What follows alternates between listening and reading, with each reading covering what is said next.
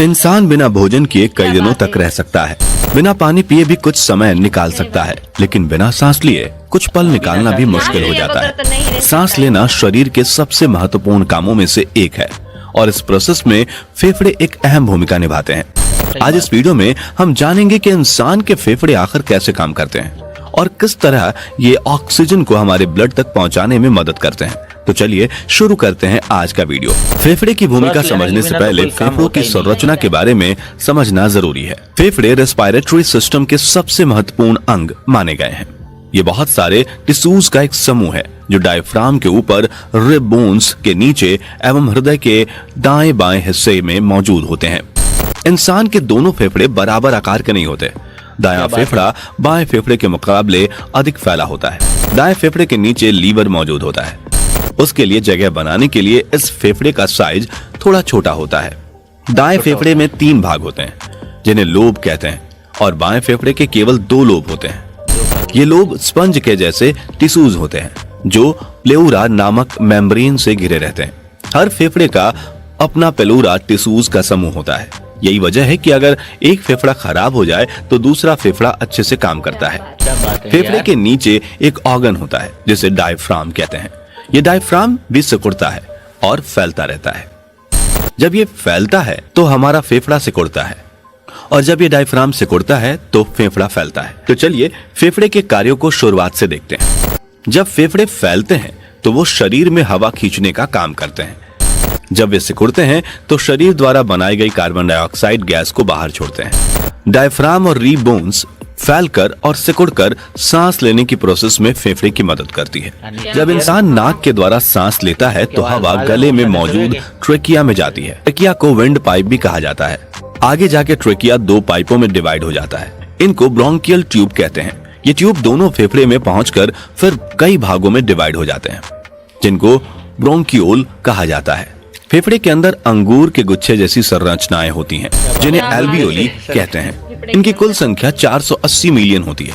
हमारे फेफड़े में एयर सैंक के चारों तरफ पतली पतली ब्लड कोशिकाएं होती हैं जिसे कैपिलरी कहते हैं। जब हम ऑक्सीजन को भीतर लेते हैं तो वो एयर सैक के जरिए ब्लड कोशिकाओं में पहुंचता है। इसे डिफ्यूजन कहा जाता है और इस तरह से ऑक्सीजन पूरी तरह शरीर में पहुंच जाता है। जैसे ऑक्सीजन हमारे ब्लड में जाता है उसी रास्ते से कार्बन डाइऑक्साइड भी हमारे खून से एल्वियोली में आता है। इस कार्बन डाइऑक्साइड को फेफड़े नाक के द्वारा शरीर से बाहर छोड़ देते हैं। तो इस तरह एल्वियोली में गैस एक्सचेंज का प्रोसेस होता है। ब्रोंकियल ट्यूब के चारों ओर सीलिया नाम की परत रहती है। ये छोटे छोटे बालों जैसी नलिकाएं होती हैं जो गले में म्यूस्कस फैलाकर फेफड़े को धूल, कीटाणुओं आदि से बचाने का काम करती है, क्योंकि जो धूल और कीटाणु होते हैं वो म्यूस्कस में ट्रैप हो जाते हैं और फेफड़ों तक नहीं पहुंच पाते। फेफड़ों द्वारा सांस लेना एक अनैच्छिक क्रिया है, मतलब अगर हम चाहें तो भी इस क्रिया को कंट्रोल नहीं कर सकते। पुरुष के फेफड़े महिलाओं के फेफड़े से ज्यादा हवा धारण करके रखते हैं। वैज्ञानिकों के मुताबिक पुरुष के फेफड़े 750 क्यूबिक सेंटीमीटर तक हवा धारण कर सकते हैं, जबकि महिलाओं के 280 से 300 क्यूबिक सेंटीमीटर तक हवा धारण कर सकते हैं। एक हेल्दी आदमी का फेफड़ा पूरी तरह से 70% तक उपयोग हो पाता है।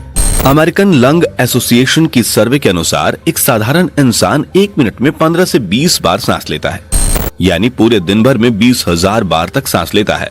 छोटे बच्चे एडल्ट्स के मुकाबले जल्दी सांस लेते हैं। वो 1 मिनट में 80 बार सांस लेते हैं। कोरोना काल में हम अक्सर इस तरह की खबरों से दो चार हो रहे थे कि लोगों का ऑक्सीजन स्तर कम हो गया है या सांस लेने में दिक्कत महसूस हो रही है। सांस लेने में दिक्कत से मतलब यह है कि आपका फेफड़ा सही ढंग से काम नहीं कर रहा है और सही तरह से रेस्पिरेशन प्रोसेस पूरा नहीं कर पा रहा है। आजकल के समय में पॉल्यूशन, बीमारियां और अस्वस्थ खान पान के कारण रेस्पिरेटरी सिस्टम संबंधित रोग होना एक आम बात हो गई है। रेस्पिरेटरी सिस्टम संबंधी रोग कई प्रकार के हो सकते हैं, जैसे कि अस्थमा, फेफड़ों का कैंसर, निमोनिया आदि। इन सभी बीमारियों से बचने के लिए अपने रेस्पिरेटरी सिस्टम को मजबूत रखना चाहिए, जिसके लिए हम कई उपाय कर सकते हैं। अच्छा और स्वस्थ भोजन।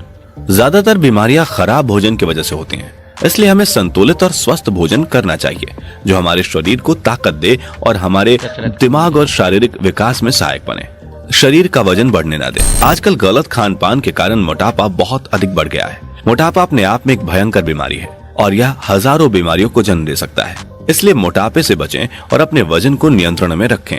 स्मोकिंग ना करें, स्मोकिंग करना हमारे सेहत के लिए काफी हानिकारक होता है। स्मोकिंग करने से बचें और ऐसे लोगों से दूर रहें जो स्मोकिंग करते हैं।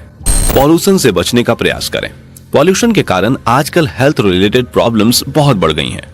हम 24 घंटे पॉल्यूशन से नहीं बच सकते, फिर भी जितना हो सके उतना पॉल्यूशन से बचना चाहिए। इन्फेक्शन से ग्रसित व्यक्ति से बचें। ऐसे लोगों से बचें जिन्हें वायरल या कोई इन्फेक्शन हो। नियमित रूप से एक्सरसाइज करें। नियमित रूप से योगा और एक्सरसाइज करें। इससे आपका शरीर फिट रहेगा और जब आपका शरीर फिट रहेगा तो आपको किसी भी प्रकार की कोई समस्या नहीं होगी। लहसुन, तुलसी और विटामिन सी युक्त खाद्य पदार्थ जैसे खट्टे फल आदि खाने से फेफड़ों की हेल्थ अच्छी रहती है। तो फ्रेंड्स, आज की वीडियो में बस इतना ही। अगर आपको ये वीडियो पसंद आया हो तो इसे लाइक, शेयर करें। ऐसे ही इंपॉर्टेंट और नॉलेज वाले वीडियोस के लिए इस चैनल को सब्सक्राइब और हेलो दोस्तों, ये वीडियो आपको पसंद आया तो हमारे चैनल को सब्सक्राइब करें, बेल का बटन दबाएं, पहले वीडियो आप तक पहुंचता रहेगा। क्योंकि फेफड़े सही हो रहेगा तो अपना शरीर भी सही काम करेगा। यह गलत खान पीन से या गलत वातावरण में रहने से हमारा शरीर को बीमारी होती है, ठीक है ना। और सुबह शाम कसरत करते रहें, अच्छा खान पीना करें तो कम से कम बीमारी थोड़ा दूर कर सकते हैं, ठीक है ना। क्योंकि अभी माहौल ही ऐसा हो गया है तो हम बचाव के लिए कुछ तो करना ही चाहिए। कुछ करना चाहिए। हाँ, अपने शरीर के लिए, अपना शरीर का ख्याल रखें और हमारे चैनल को सब्सक्राइब करते हैं, बेल घंटा दबाएं तो पहले वीडियो आप तक पहुंचता रहेगा। अगले नेक्स्ट वीडियो में आप सभी के साथ मुलाकात होगी। जब तक ले जय श्री राम। जय भारत।